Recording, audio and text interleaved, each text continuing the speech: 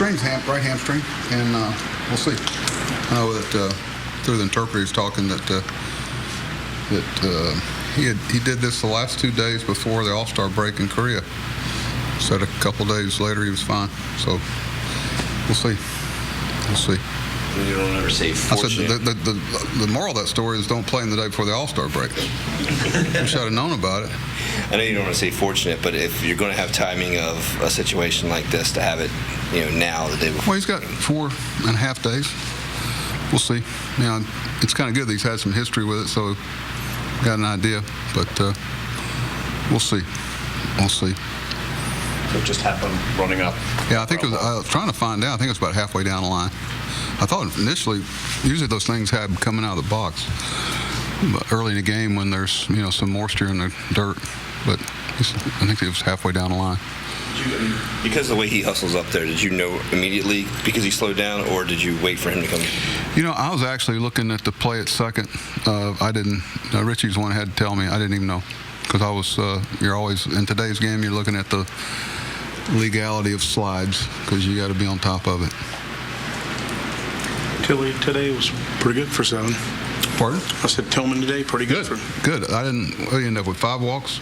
They were all early, and after that, he was running a little bit on empty at the end, and fortunate made some good defensive plays behind him. And he doesn't. I know he doesn't like the 5 walks. I was surprised his pitch count was as low as it was with the 5 walks. But Chris is 12-2 now. Pretty good. 16. What have you done for me lately? Duplicated it. Pardon? 16-3 in his starts. That's not too bad. Yeah, it's been fun to watch him just mature and become the professional he is. It's been fun to watch. It's also been fun to have him on our side.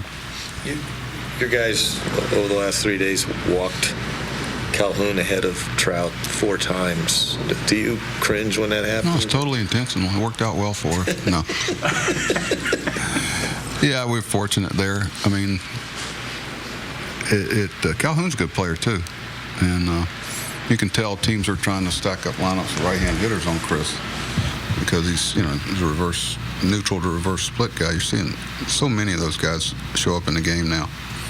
It used to not be that way. So, the day of platooning at a lot of positions, if it continues the trend it is probably going to go away. But what we're talking about? No, just walk the guys ahead of him. Yeah, that's usually a recipe for trouble, but we were fortunate that we made some good pitches on Trout and got the ball where we needed to get it.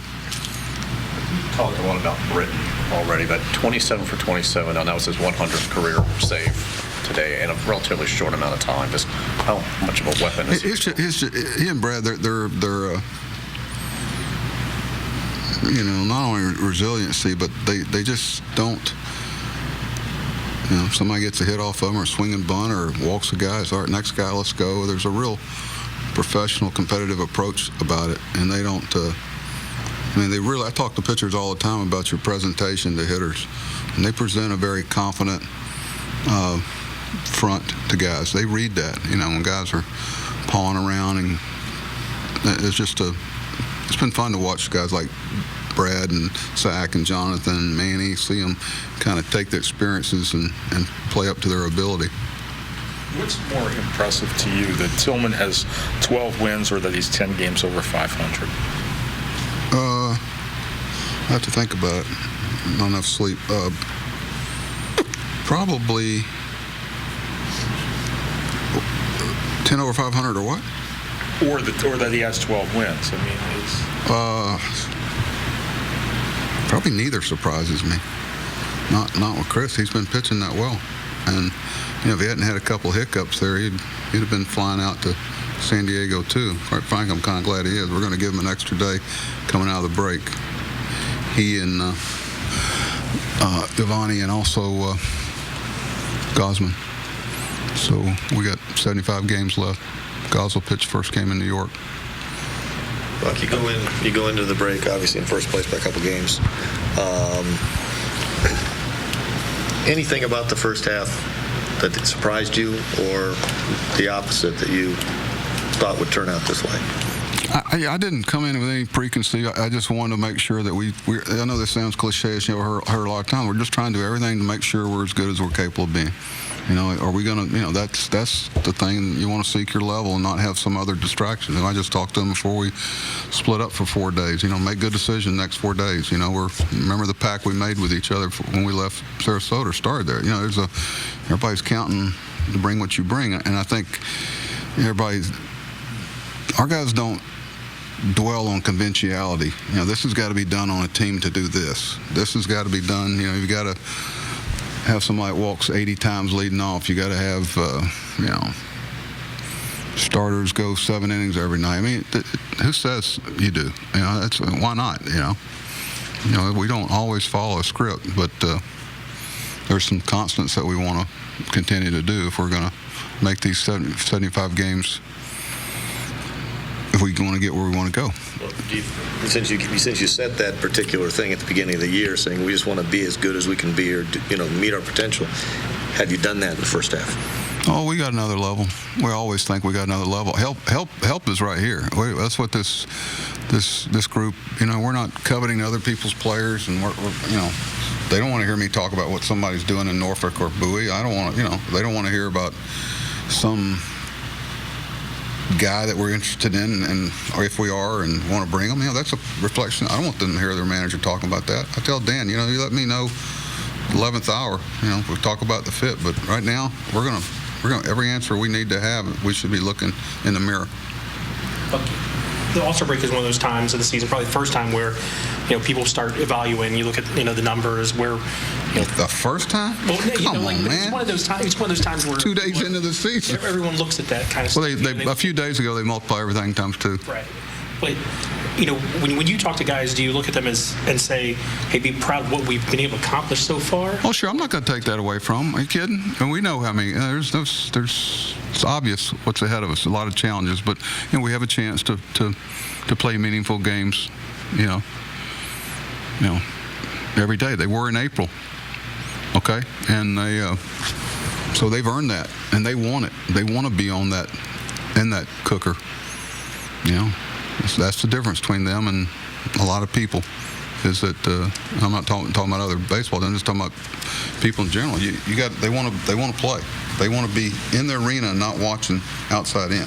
Some people would like to be in it, but they just don't have the ability they have. So they want that. We got to cross a lot of roads to get there, though. A lot of roads. Is it meaningful to you that you closed out the first half where a lot of people are tired, it's hot out there, whatever, and yet 3 of the last 4 games were what I might call real baseball games? Tough, close. You're right. They're playing good, and they, all Mike's teams, they play 9 innings and they play every pitch. And what was the time game day? Yeah, I mean, there's so many. We talked about for the series because I knew the first day was going to be a challenge for us off the trip, and the challenge is to match their energy level. Especially teams like it's going to be with Tampa right after the break. I mean, they're going to get all their people back. They've got good pitching, and they're a 10-game streak being right where they need to be. I mean, everybody is now. I mean, coming out of the break is, people are going to start seeking their level, so to speak. So you kind of jockey around, and you're getting ready to make that post turn there and see what you got left in the tank. You guys have done a great job of protecting Camden Yards home field, but is there any way, what needs to be done to improve that road record just a little bit more? I'd like to say, it's like somebody says that I'm kin to, it's always something. It's okay if you're playing real well on the home and then maybe road. It's, if we win more games than anybody else in our division, whether it's home, away, or whatever, we try, usually it's hard to win on the road. American League East stuff. I'm glad Toronto and all our teams are still engaged because they're going to play each other a lot, and it's not going to be just us. It's going to have to beat some people in our division. But it's always going to be something, I mean, so there's never been a perfect team or a perfect season. There's only one team that thinks they have had one at the end of the year. You mentioned about Tillman and the potential of San Diego, and they just announced that Quintana from Chicago is going to replace Salazar, and he's 7-8 with a 3.2 ERA. But did he pitch today? He did not. When he pitched the last couple days ago? Yeah.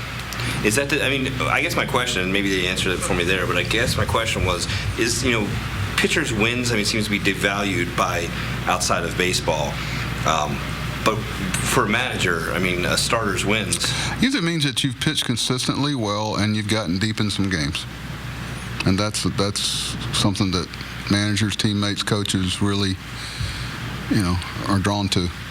And, I don't know how there's probably a lot of other things about representation and who can't pitch in there. Do they need a pitcher? They're trying to play a game there too, and not just with the best players, because if that's the case, Chris would definitely be going. But I'm kind of selfish. I know there's one thing Chris wants to really go to, and that's the last game of the World Series. That's what he's interested in.